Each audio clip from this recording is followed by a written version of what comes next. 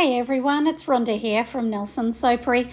Today, let's do a video about candles, how I get the tops gorgeous and smooth, and of course, how I actually fix these ugly tops that everyone dreads when you're making candles. I'm sorry I'm doing the voiceover, but I did make a bit of a mess of the sound, so here we go. I have to fix it because my little microphone has been playing up.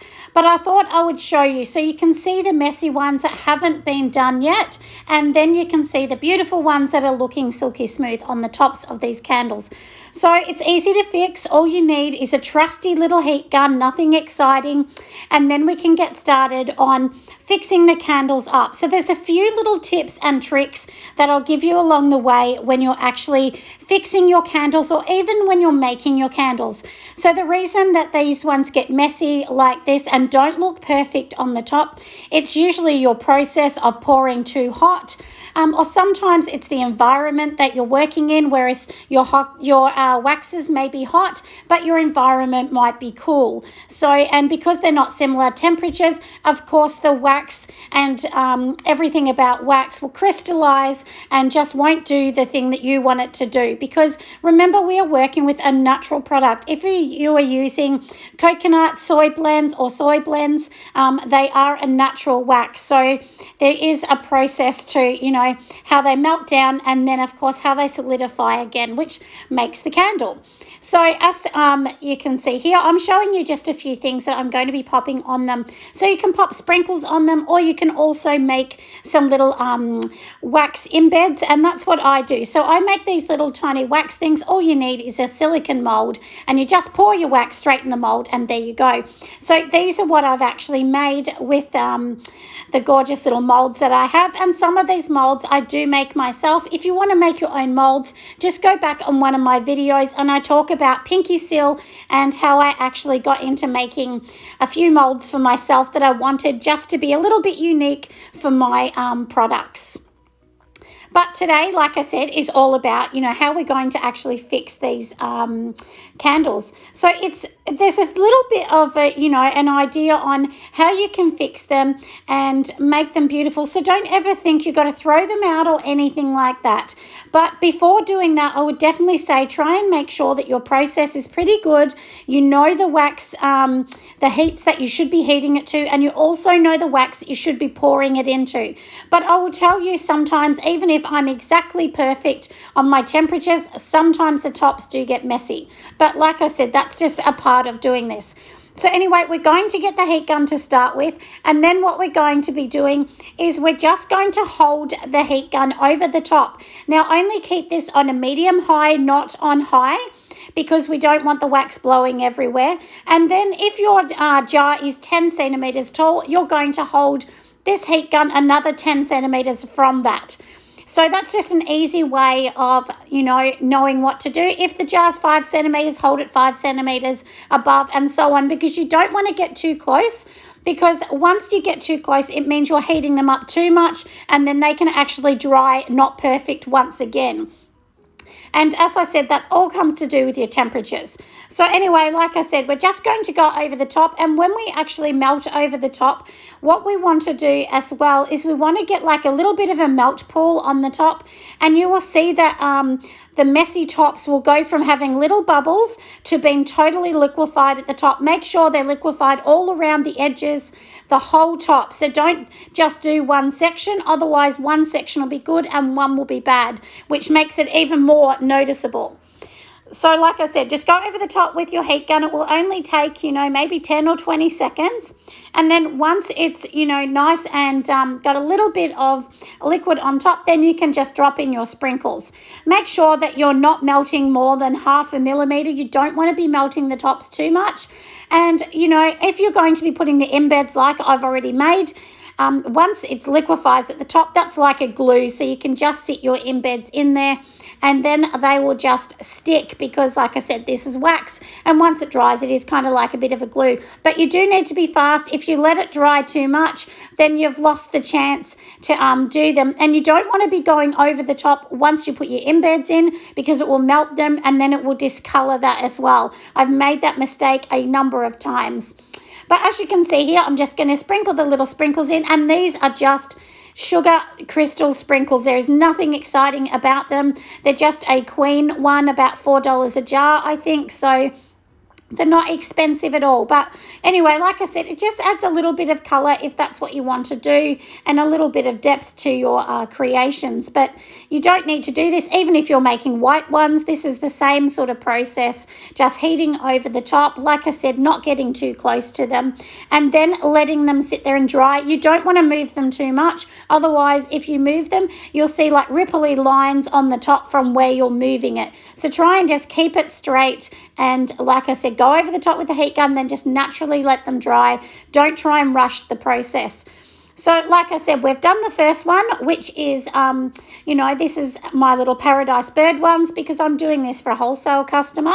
And all I've done is pop the sprinkles in, like I said. And now let's get on to these apricot ones. And these are a strawberries and cream. So they will actually have like a little berry sitting on the top in a wax embed. The wax embeds, you can just use normal soy. You don't need to go for anything special. Doesn't need to be a tart wax or anything like that.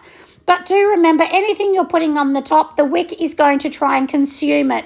So it needs to be able to be consumed through the wick. So definitely you can't use micas. If you're using glitter, a very tiny bit of biodegradable glitter, and then you should be fine. So like I said, we do have these little tiny bits, and that's all we're going to do is just pop a few of these on the top. I always measure them before I liquefy it just to make sure. And let's get going, and we'll see how gorgeous this one's actually going to look.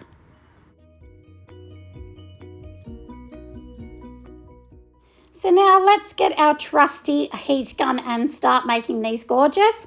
So like I said, you do need to hold it a distance away, making sure that you've turned the dial on the heat gun to medium. So never high, always medium, because that's the best heat range. And then we're just going to hold it over the top until all of the top becomes like a liquid wax. And this will only be less than a centimetre of liquid at the top. But you'll see no bubbles, you'll see it really smooth, and that's what you need to do. And once that's ready, then you can just sit in your embed. But of course, if you did this and melted it too far, the embed would just sink to the bottom. So that's why you're only going over the top slightly, which will only be like 20 seconds or something like that. It really does not take a long time. And once you see the little bubbles and the crackling, old bit at the top, once you see that smooth, then okay, I'm ready to go, and I've done that and it's perfect. And then once it solidifies, it will look gorgeous again. So just pop in your embeds, give them a tiny press down, nothing too much, because we don't want to damage anything as well. And like I said, then what we're going to do is just make this look really, really gorgeous. And I'm sure that you're going to be happy with the end result, because I've always been happy with the end result. So now the wax that I'm using, if anyone wants to know, this one is a cocoa soy, and this is from Pure Candle Supplies in Melbourne, Australia. And it's a really good wax, but you need to melt it at a low temperature. You need to pour it and mix it at a low temperature. So it's one of those things that you got to make sure that you're pouring it really low. So this one, you mix in your fragrance at around 50 degrees, that's Celsius, because we're in Australia. And then after you mix it at that particular temperature, then you're going to let it cool down, and we're not going to pour it until it's around 48 degrees. So it is a really, really low pouring one. And if you keep about a few centimeters away from your wick, you shouldn't get sinkholes. I feel that when you actually pour directly near the middle, that's when you seem to get more sinkholes. So that's one thing I never do, and I've definitely noticed that in all of my testing. So hopefully those little bits and those tricks, as I said, have really helped you kind of figure out those things, because these are the tricky things about making candles and any bath products. It's really your process, getting that right, and making sure you're just writing it down. Even if you write it on a notepad, stick it on your fridge, and for next time, okay, something else I've got to do better next time, or there's something that isn't working right. And don't rush the drying process. Just keep it on a bench. If you've got a bench in your shed or in a spare room or a back part of the kitchen, that's where I suggest you put it so that no one else is going to come and poke their little fingers in and, you know, mess it up, because that's what often happens when you've got children around. For me, I actually have a studio that's at the back of my house. It's not actually a part of the house. It's a professional studio that is only for candle and soap making. So that's why I'm lucky enough to be able to leave them and then just come back the next day. So I thought I would just show you in my little pot here. What I do is I melt down all of my waxes on a slow cooker, and then once that's melted down, I'm popping it into this red crazy wax-full container, and I do use this one and just clean it out and just wipe it with paper towel and then come back. That's the best way to clean it, so no wax is going down your sink. Just once it's still warm and you've used most of the wax, just wipe it out with a paper towel. And like I said, I'm waiting to this to get to the right temperature because we need it to be under 50 degrees, because I'm going to pour this into some of my candles, and I'm also going to make some little tiny love heart embeds for some different candles I'm making for another wholesale customer. So I will get pouring all of these off, and I really hope that I've helped you guys a little bit to understand fixing the candles up, making them sellable, and of course making them look marketable, because if they're messy and crazy at the top, nobody wants to buy that. So that's the thing. You do need to make your product look really good for people to pick up and buy. So these little embeds are what I was talking about. It's just like a silicone mold. So all we're going to do is just lay it down flat, just pour in our wax as we want, let them dry. Once they've dried, we very carefully pop them out, because do remember, if it's a soy or a coconut soy, it will be soft, and then it's just going to sit in the top of your candle. You can use a tart wax if you want, but do remember, tart wax is not really meant to be burned through a wick. So you'd have to have very, very tiny embeds to be able to do that. But like I said, let's get going, and I will do the rest of these ones and make them all gorgeous.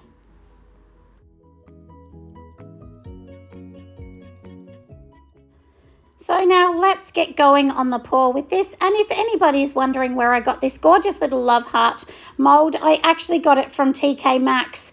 So no matter where you are in the world, I know lots of different countries do have TK Maxx's or similar, which is like a discount store of products. And getting towards Valentine's and Easter, they have some amazing silicone molds. So just keep your eye out. But anyway, here is the top, and I'm sure that you can agree. Look how beautiful it looks. And this was a terrible, messy looking top before, but now it is silky, silky smooth.